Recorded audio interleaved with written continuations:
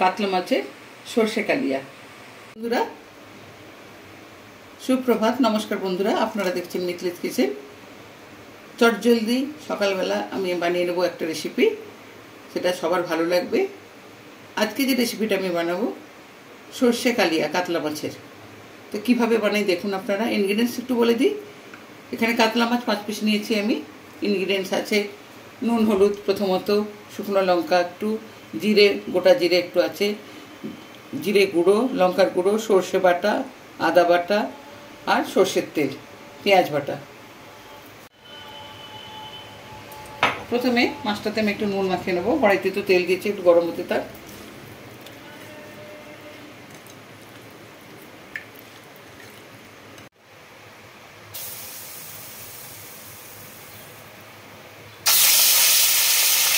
মাছগুলো দিয়ে দিচ্ছি এক এক করে।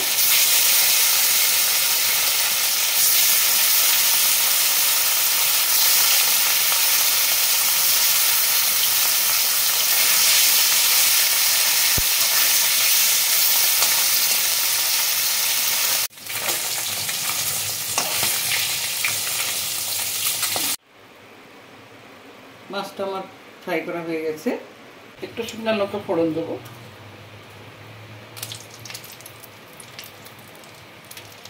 জিরে দিলাম, অপশনাল, দিতে পারেন নাও দিতে পারেন, আমি একটু দিলাম।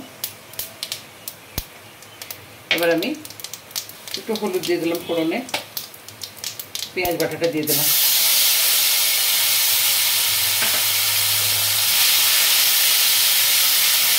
আদা বাটাটা দিয়ে দিচ্ছি,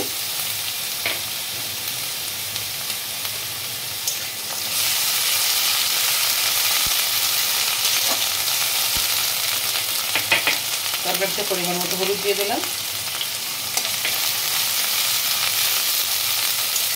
লঙ্কার গুঁড়ো দিয়ে দিচ্ছি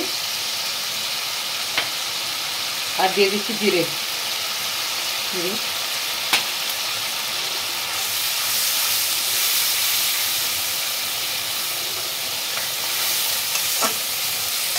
তরকারিতে স্বাদ মতো লবণ দিয়ে দিচ্ছি।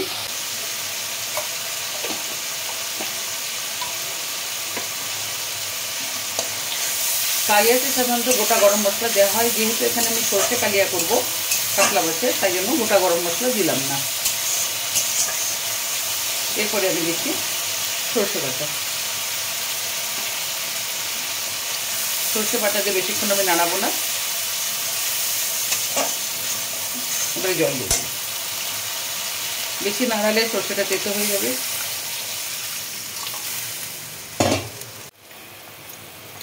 ঝোলটাতে জাল উঠে গেছে, এবারে আমি মাছগুলো দিয়ে দিচ্ছি।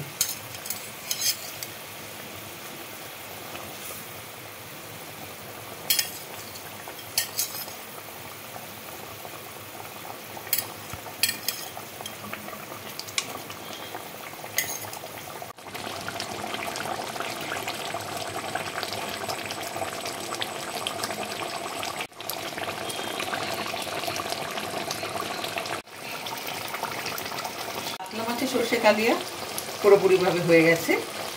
এই রেসিপিটা আপনাদের কেমন লাগলো অবশ্যই কমেন্ট করে জানাবেন। খুব কম সময়ের মধ্যে মাছ দিয়ে এই রেসিপিটা বানাবেন আপনারা বাড়িতে, খেয়ে আমাকে কমেন্ট করবেন।